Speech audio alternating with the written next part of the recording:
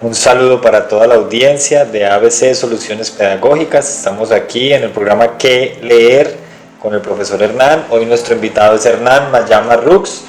Él nos va a hablar de su libro más reciente e investigación pedagógica, además, Aula 12. Hernán es docente, actualmente nombrado en el Magisterio de Deogracias Cardona en la ciudad de Pereira. Hernán, antes de iniciar, cuéntenos cuánto tiempo lleva usted con este proyecto de Aula 12. Bueno, Hernán, pues Aula 12 lleva 6 años de investigación. Este proyecto empieza en el Deogracias Cardona y actualmente se está aplicando en otras instituciones educativas de la ciudad. ¿Cuántos profesores tiene usted en el momento? En el momento vinculados hay 4 profesores, pero ya estamos armando el grupo. Hay alrededor de otros 4 o 5 maestros que quieren empezar a utilizar esta estrategia pedagógica en sus aulas de clase.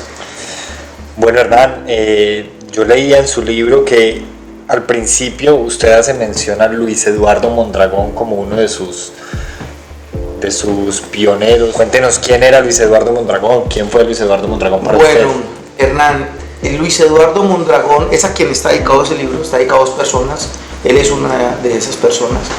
Es un maestro, fue profesor mío cuando estaba en el colegio y marcó diferencia, especialmente por el carisma, por la pasión con la que realizaba su profesión, por la paciencia que mostraba no solamente conmigo sino con todos los estudiantes, y digamos que me orientó muchísimo. Fue un faro en un momento de mi vida bastante convulsionado, caótico, además de un pueblo como Roldanillo, que es de donde vengo, y pues que estaba como en el auge del cartel del norte del valle. Entonces fue un profesor que realmente nos orientó bastantísimo y digamos que él es el referente, puesto que es mucho lo que tengo que agradecerle. De hecho, soy profesor por él mismo. Esa pasión y esa vocación que le vi me llevó algún día a desear, hombre, si llego a ser profesor, pues quiero ser como él. Luego también leía que usted en el momento de graduarse del colegio lo único que no deseaba era ser profesor. Es curioso, es muy curioso, sí. Recuerdo una conversación con unos compañeros ese día y yo les decía, graduándonos justamente de una normal en pedagogía, el título mío es maestro bachiller, y les decía yo no quiero ser profesor, pero si por alguna razón llego a hacerlo, quiero ser como Luis Eduardo. Y desde ese momento, poco menos de un año después, yo ya estaba en Pereira empecé trabajando en El Dorado, y siempre he tratado desde ese primer día de ser ese profesor paciente, con vocación, que trata de entender a sus estudiantes. Cuéntenos cómo es eso de convertir espacios de aprendizaje en laboratorios del saber. Bueno, para escribir Aula 12, además pues de todas la investigación, los datos que nos iba arrojando, es una investigación mixta, por lo tanto pues tiene unos elementos cualitativos que nos permitieron identificar ciertos aspectos de lo que sucede en un aula de clase que muchas veces pasan desapercibidos. Nos dimos cuenta que cuando los estudiantes empiezan a ser ellos quienes participan activamente en las actividades de clase, empieza a generarse una motivación distinta por el aprendizaje. Entonces planteamos que el aula de clase tenía que ser un sitio confortable al que el estudiante quiera llegar, o sea, que haya un anhelo, un deseo de llegar a ese espacio, que es un espacio diferente, que le va a permitir al estudiante, a través de su hacer, aprender. Digamos que una de las cosas que hemos identificado como educadores es que no tenemos nada para enseñar. Son los muchachos los que deben empezar sus propios procesos de aprendizaje. ¿Cómo aprenden? ¿Qué les gusta? ¿Qué ellos quieren son los aprender? dueños del proceso. Exactamente. Entonces, lo planteamos desde esa perspectiva. Un laboratorio es un profesor buscando la manera de que cada uno de sus estudiantes aprenda de una manera activa, ¿sí? Hay un cambio en el paradigma allí.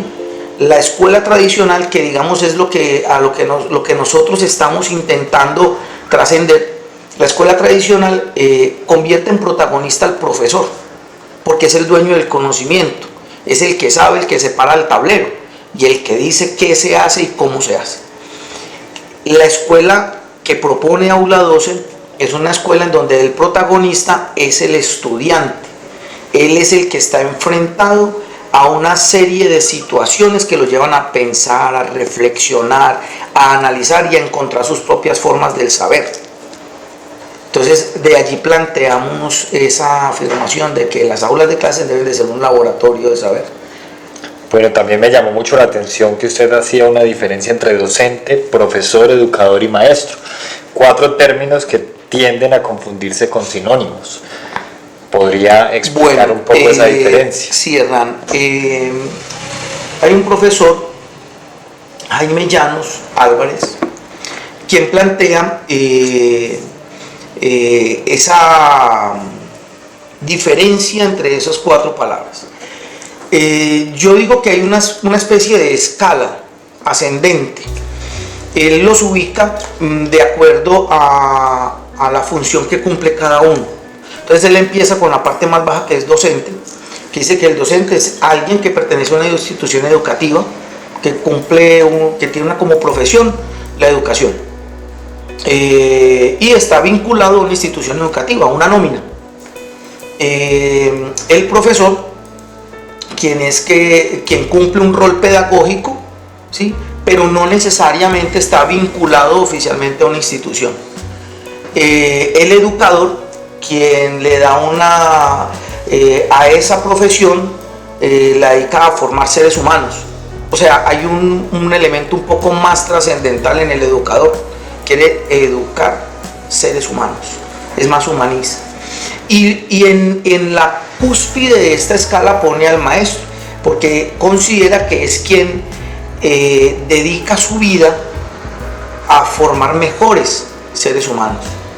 Entrega su vocación, su pasión a que esas otras personas con quienes comparte tengan la posibilidad de identificar sus talentos y a la vez ser mejores seres humanos para la construcción de una nueva sociedad. Por lo tanto, para Aula 12 nosotros hablamos de maestros. Es la persona que es muy consciente de esta profesión, de que hay un compromiso ético y social cuando trabajas con seres humanos, del que muchas veces nosotros nos hemos olvidado, especialmente en la educación tradicional.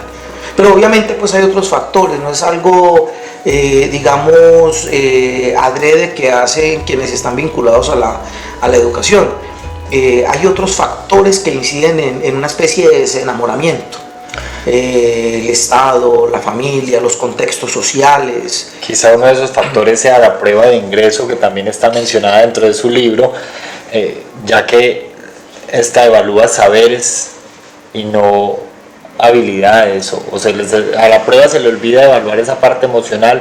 Luego también se hacía una reflexión, y es que en el sector privado esta prueba no existe, y los resultados entre la educación privada y la pública en números son muy similares. ¿Qué puede estar pasando entonces? Mira, Hernán, hay un elemento esencial dentro de la manera en cómo el Estado ahorita está seleccionando quienes ingresan a la carrera docente. Tú lo planteas muy bien, y es el hecho de que intentan que lleguen las personas que mejor nota sacan en una prueba. Una prueba que no mide realmente algunos aspectos que tienen más que ver con la cualidad, la afectividad, la pasión, el anhelo, el deseo de ser maestro. No lo mide una prueba escrita. Adicionalmente a eso, se asegura de que un primer filtro que cumplen estas pruebas es algo a lo que le llaman la campana de Gauss, ¿sí?, que a través de esta prueba determinan el valor de las respuestas que se dan, y es un primer filtro para que no pase tanta gente esta prueba, ¿sí? Entonces digamos que no siempre llegan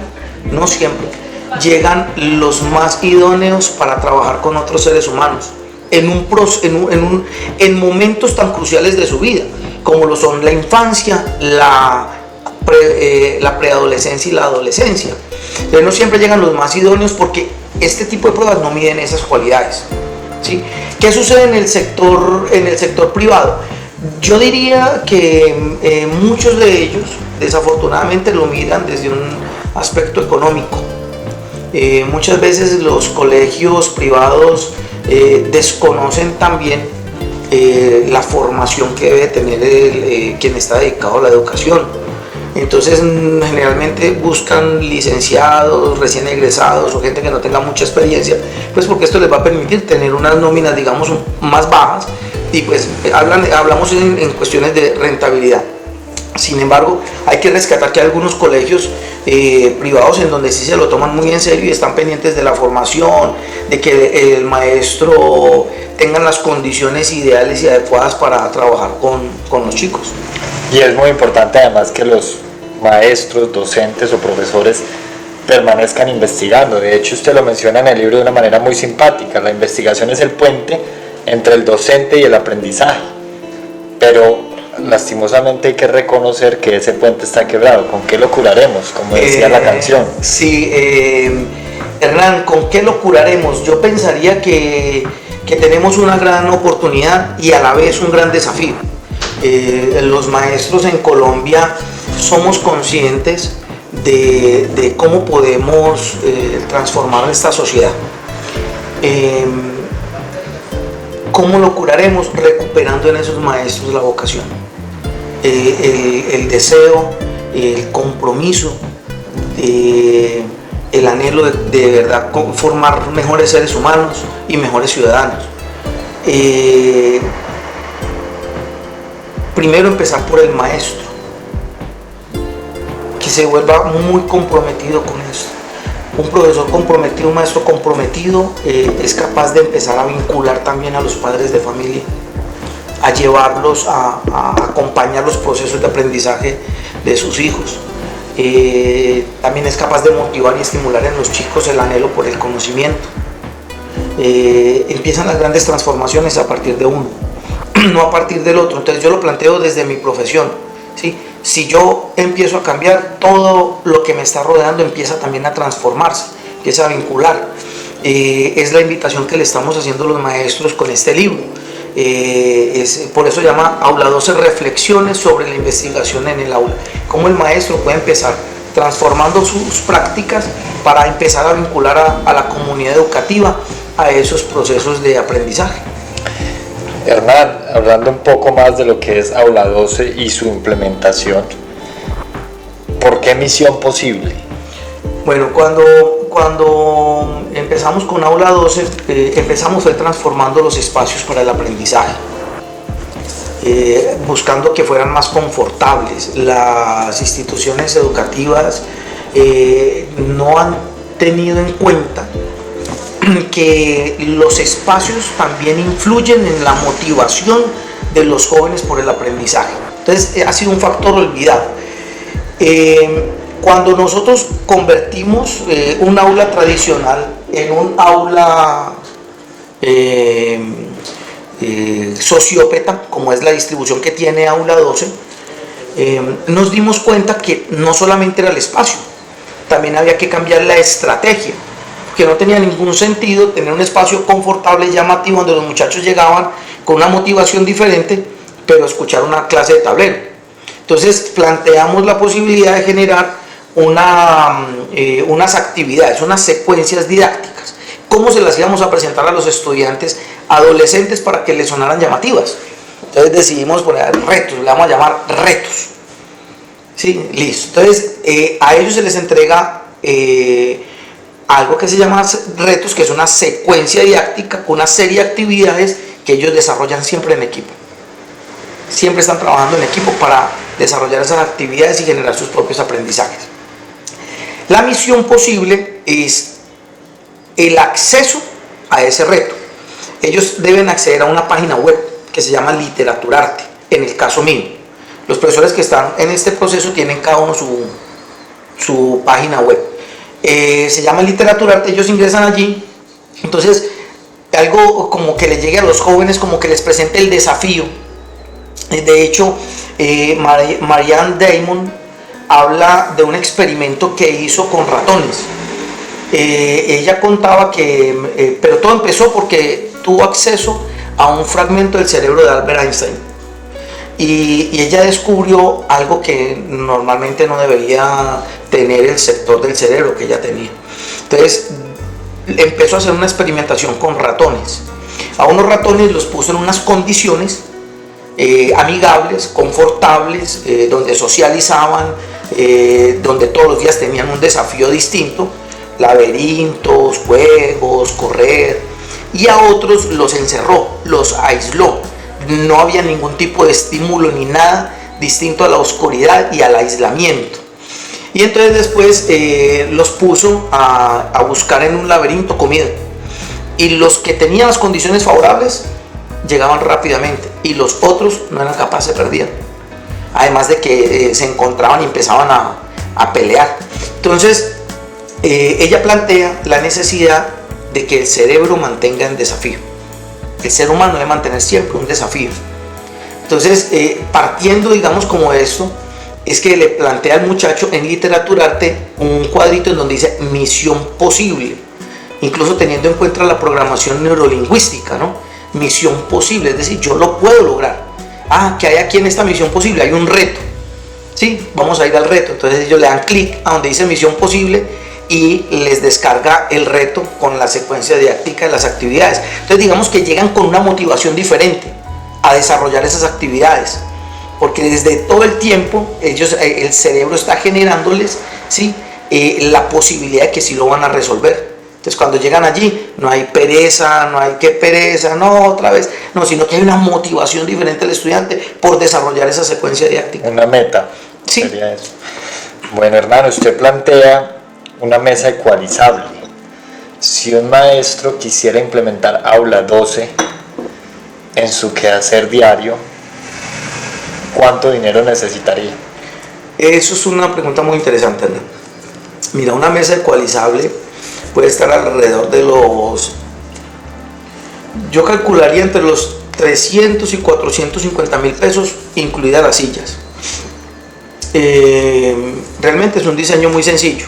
La mesa ecualizable aparece justamente buscando transformar el aula de clase. No existe en el sector educativo, es un diseño exclusivo de Aula 12. El propósito es que los chicos siempre estén integrados, siempre haya la posibilidad de trabajar en equipo. Entonces es una mesa alargada que les permite a ellos tener una disposición distinta en el aula de clase. Las sillas son sillas RIMAX, ergonómicas. No es la típica silla de madera con una madera plana, ¿sí? Que generalmente genera cansancio, sino que es una silla RIMAX ergonómica con la curvatura de la espalda. Entonces les da digamos que reduce el factor de estrés del cuerpo cuando está sometido a una superficie rígida como la silla de madera. Entonces, al reducir ese factor de estrés, le permite tener mayores periodos de concentración cuando está realizando una actividad. Entonces, por eso la silla y por eso la mesa. La mesa los chicos pueden inclinarla para escribir de una manera más, o la pueden tener plana para leer libros. Sí, ellos por eso se llama ecualizable, porque ellos pueden manipularla y ponerla como les guste más, como lo disfruten más. Esto cumpliendo el criterio de ergonomía y su importancia para el estudiante. Por supuesto, porque para eso, es más, te voy a contar algo. Imagínate que hay una empresa en Bogotá que se llama Casani. Ellos sacaron unos libros, digamos que es una empresa como de arquitectura, y ellos sacan un libro en donde hacen unos análisis, invitaron a unos especialistas a hacer unos análisis sobre los espacios de aprendizaje, sobre la ergonomía. Ellos no tienen la mesa ecualizable, como te digo, es un diseño exclusivo de Aula 12, pero sí plantean los elementos por los cuales es fundamental que haya se tenga en cuenta la ergonomía dentro de las aulas de clase, ¿sí? El confort. porque es importante el confort para los niños en un proceso de aprendizaje. Entonces digamos que desde allí, desde esa perspectiva, es que se hace imprescindible la mesa ecualizable. Primero porque la distribución es distinta. Todo el tiempo los muchachos se están viendo, eso fomenta el debate, la conversación, la interacción. Para Aula 2 es fundamental que los estudiantes se comuniquen. La mesa ecualizable facilita eso. Es más, te voy a contar algo más, Hernán. Imagínate que hay algo, nosotros los seres humanos tenemos el espacio personal o la proxemia. Sí. ¿Sí? Resulta que nosotros los seres humanos tenemos menor tolerancia cuando tenemos a alguien al frente o detrás. ¿Sí? Es decir, toleramos menos a una persona muy cerca que por los costados. El problema de las aulas tradicionales es que siempre hay un estudiante que tiene a alguien al frente y a alguien atrás. Y eso le está causando un estrés inconsciente del que el maestro tampoco se da cuenta. Los estudiantes que están en la parte de atrás, a los que clasificamos o categorizamos los indisciplinados, los desinteresados, los que aprenden poco, ¿sí? Son los que más estrés tienen sobre eso, pero a nivel inconsciente. Entonces el muchacho inevitablemente, el carpetazo o el córrase les puede generar agresividad. En Aula 12 ellos siempre tienen una persona aquí al lado, ¿sí? Y como toleramos más las personas al lado, incluso ellos están juntos, incluso se juntan mucho más para leer, para realizar una actividad. Entonces hasta en ese aspecto hemos tenido en cuenta la importancia de la mesa ecualizable. A los muchachos les encanta, porque las encuestas que se realizan ellos mismos, no nos gusta la mesa ecualizable, es que nos sentimos bien. Dada precisamente esa organización del aula sociópeta, supongo que también tuvo que transformar la forma de evaluar. Por supuesto. Cuéntenos de manera breve cómo es una evaluación implementando esta metodología. Mira, Hernán, primero que todo hay que definir qué es evaluación. La evaluación siempre se ha tenido como una estrategia para identificar cuantitativamente cuánto sabe una persona. Eso o de esa manera es como la educación tradicional concibe la evaluación. Para Aula 12 la evaluación es un proceso a través del cual un estudiante empieza a identificar las formas de aprender, las formas de acceder al conocimiento, a la información, cómo accedo, cómo interactúo, y esa información que me llega, cómo la integro con mis conocimientos previos y genero nueva información. Entonces, para Aula 12, la evaluación es cuando el estudiante conversa, cuando discute, cuando sustenta. Bueno, ¿cómo hiciste esta actividad? Y él empieza a argumentar. Hicimos esto, identificamos esto, ¿sí? En la presentación de sus actividades. Para Aula 12, los chicos no tienen cuadernos, sino bitácoras. La bitácora es en donde un investigador está registrando los avances. Entonces, nosotros los invitamos a que decoren esas bitácoras, dibujen lo que quieran. Ellos pueden decorarlas como quieran y vayan registrando esos avances. Entonces uno se sienta con ellos a revisar, ¿sí? lo que llevan a ver y esto dónde salió. Entonces ellos empiezan a contar, entré a tal página, busqué en tal página, me decía esto, eso me sirvió, entonces decidí buscar en otra página, y ellos van contando cómo van accediendo a la información y cómo la integran. Y además también nos permite identificar a nosotros como maestros qué cosas tenemos que empezar también a reevaluar. Yo no podría decirte, es que el 100% de las actividades que plantea Aula 12 son anheladas y disfrutadas por los estudiantes. No, la evaluación es la que nos permite identificar cuando una actividad, los estudiantes se conectaron con la actividad y cuando no. Porque entonces eso nos da información. Para la próxima vez esta actividad la tengo que replantear o extraer porque no generó un proceso de retroalimentación. Exactamente, que es como realmente debería ser tenida en cuenta la evaluación. Bidireccional. Sí, bidireccional. Entonces, ¿qué tanto en ese proceso el maestro puede mejorar los aprendizajes de los estudiantes y qué tanto de lo que viene allá le permite al profesor también identificar las cosas que está haciendo bien? O sea, es una herramienta que nos permite tener mucha información. cuando los estudiantes no se conectan o no hay unos aprendizajes, ¿sí? ¿Cómo nosotros vamos a lograr identificar qué cosas tenemos exactamente en qué partes de la secuencia didáctica tenemos que trabajar para mejorar esos aprendizajes de los jóvenes? Hernán, ya para ir cerrando, vamos a abordar unas preguntas que llegan a nuestras redes. La primera, de manera muy breve, bullying y cutting. ¿A qué se refiere? Esto está mencionado dentro del libro, el término cutting, por ejemplo. Bueno, los chicos, la ansiedad que tienen los muchachos ahora, que es producto de una sociedad de consumo, de unos, factores familiares, muy poco positivos, el mismo matoneo entre los jóvenes, llevan a que liberen ese estrés flagelándose, haciéndose daño. ¿Cómo puede incidir un aula de clase, el confort en un aula de clase, para que una persona, un ser humano, en un proceso de aprendizaje se sienta bien, se sienta reconocido, se sienta identificado, se sienta seguro? Volvemos a lo que te decía ahorita, las aulas tradicionales no nos permiten identificar ciertos factores, por muy hábil que sea el maestro, no lo permite identificar, porque siempre las aulas focalizadas o opresivas lo que generan son la individualidad. Aula 12 genera el trabajo en equipo, la comunicación asertiva, ¿sí? Conecta con el otro ser humano. Entonces eso reduce el matoneo, porque yo aprendo a identificar que es otro ser humano que tiene una emocionalidad igual que yo. Entonces, al reducir el matoneo, reduce también de cierta manera algunos aspectos asociados al cutting por el matoneo en el aula de clase.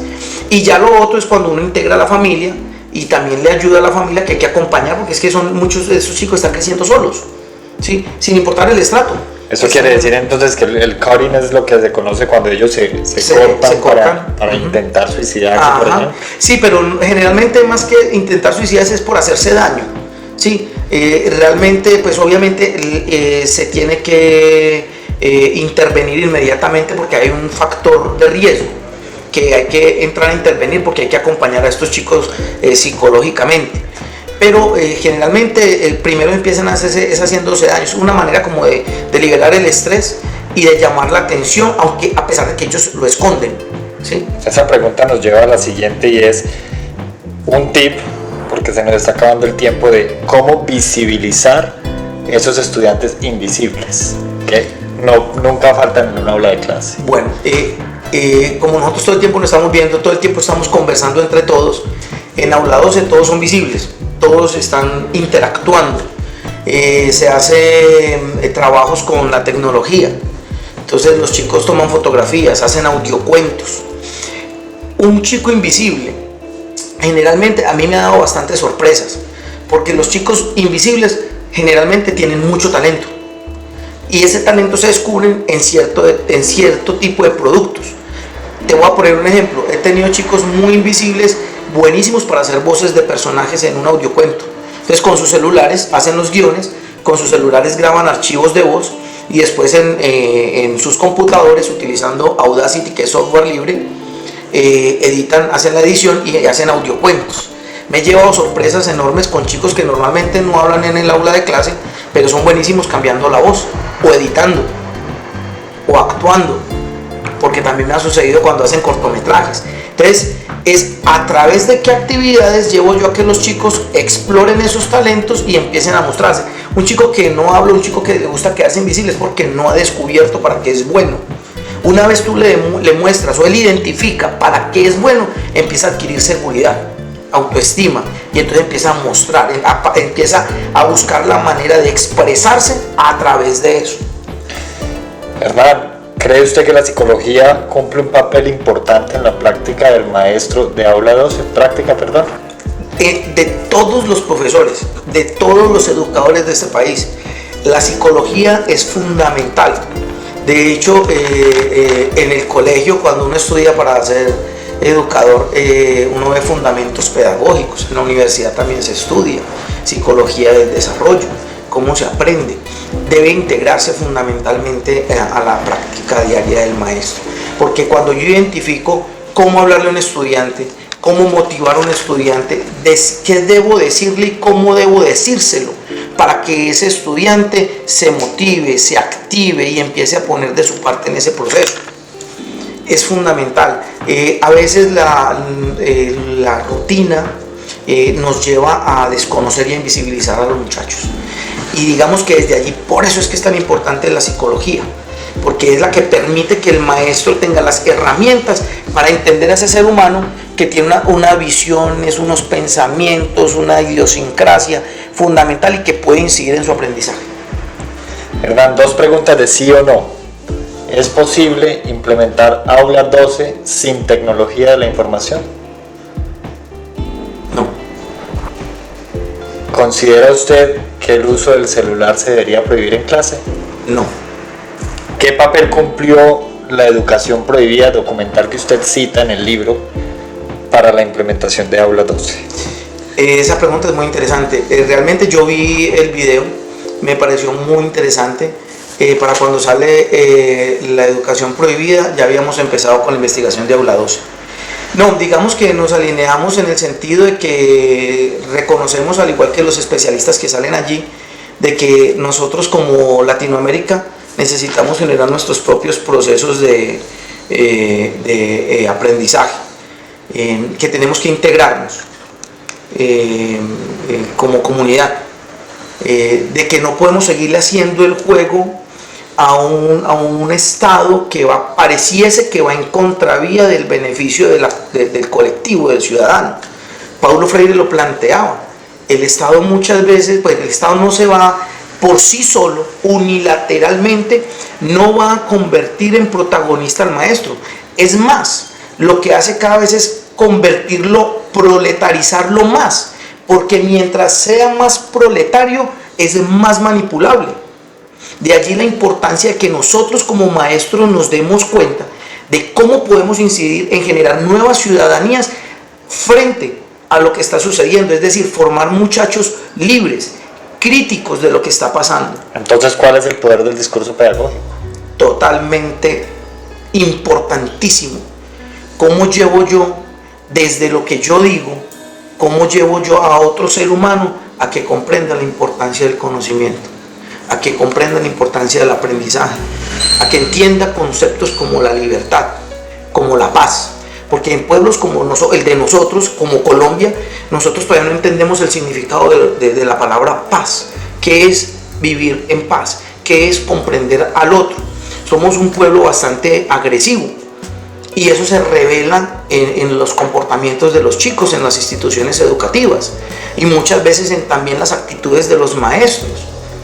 ¿Cómo nosotros como pueblo podemos, desde el discurso pedagógico, que tiene que ver con cosas fundamentales? ¿Qué quiero decir? ¿Para qué lo quiero decir? ¿Cómo lo voy a decir en el aula de clase? Eso que está sucediendo en el aula de clase, ese proceso, porque la educación es dialógica, eso que yo estoy activando en el aula de clase, ¿cómo va a llevar a que un estudiante empiece a entender la importancia de la ciudadanía y del pensamiento crítico y libre? ¿Cómo los empodero desde mi discurso? Entonces, de allí es que es la importancia del discurso pedagógico. Hernán, este tema es muy interesante. Yo creo que podríamos hacer más trabajo. Ya ustedes escucharon hoy en qué leer. Se recomienda Aula 12, Hernán Mayama Rux. Y Mauricio Suárez, ¿no? Y Mauricio Suárez, sí, por supuesto, a todos esos maestros del mundo que hoy nos están viendo. Hernán, ¿dónde podrían conseguir Aula 12? Es una pregunta muy buena. La editorial Casa de Libros en Pereira tiene varias sedes en el país. En Pereira está ubicado en la calle 15, entre carreras sexta y quinta, en el edificio Don Marcos, en el local 102, ahí lo pueden conseguir. De hecho, y aprovecho esta ocasión, Hernán, gracias por la entrevista, para contarles que este libro no se cobraron derechos de autor para que se le pudiese bajar el costo a los profesores. Así que este libro para los profesores tendrá un costo de 20,000 pesos. Bueno, y aquellos que no están en el país, pues en estos momentos ustedes están viendo en pantalla los datos de contacto de Hernán Mayama. sus redes sociales para que se comuniquen directamente con él y estudien la posibilidad de adquirir el libro. Recuerden que un maestro que empiece investigando hoy algo o una pequeña transformación en el aula de clase va a cambiar la vida de muchos jóvenes el día de mañana. Entonces esto es un puente. Yo ya tuve el placer de realizar la lectura de este texto y es un puente para que empecemos a investigar esos pequeños pasos en esta materia tan importante. Para terminar, Hernán, saber hacia dónde se dirige da calma. ¿Usted hacia dónde va? Una pregunta bastante filosófica. Eso se plantea desde una historia en la que se cuenta de un profesor, de un maestro que va con su discípulo y el discípulo va asustado porque está de noche y no sabe hacia dónde se dirige. El maestro va en total calma porque ha escuchado el entorno. ¿Hacia dónde me dirijo? Hacia las posibilidades de ayudar a los otros a crecer, a identificar sus talentos, a descubrir realmente qué quieren de la vida y cómo pueden incidir en que seamos una mejor sociedad. Hacia allá me dirijo, siempre con total humildad y sabiendo que todavía me falta mucho por aprender. De hecho, todos los profesores que están ahorita con Aula 12, el profesor Mauricio Suárez, César Ángel, el profesor Alonso Castaño, que son quienes lo están aplicando en sus aulas de clase, parten también de la misma premisa. Estamos en un proceso permanente de aprendizaje. No somos los mejores maestros, por lo menos somos maestros conscientes de que tenemos muchas cosas por mejorar. Y digamos que desde allí es de donde parte también la invitación a leer este libro, que es para que todos nos demos cuenta cómo podemos nutrirnos, ¿sí? Y generar una comunidad académica que está interesada en mejorar sus prácticas pedagógicas. Bueno, también se menciona en el libro la importancia de la buena presentación de los maestros y de educar desde el ejemplo. Aquí quisiera yo hacer un complemento ya para terminar, y es que un maestro no da de lo que sabe, sino de lo que es. De manera que a todos ustedes muchas gracias por seguirnos, gracias por ver este programa ¿Qué leer? Y no duden en contactar a Hernán Mayama o visitar la editorial para adquirir el libro. Muchas gracias, Hernán. Gracias, Hernán.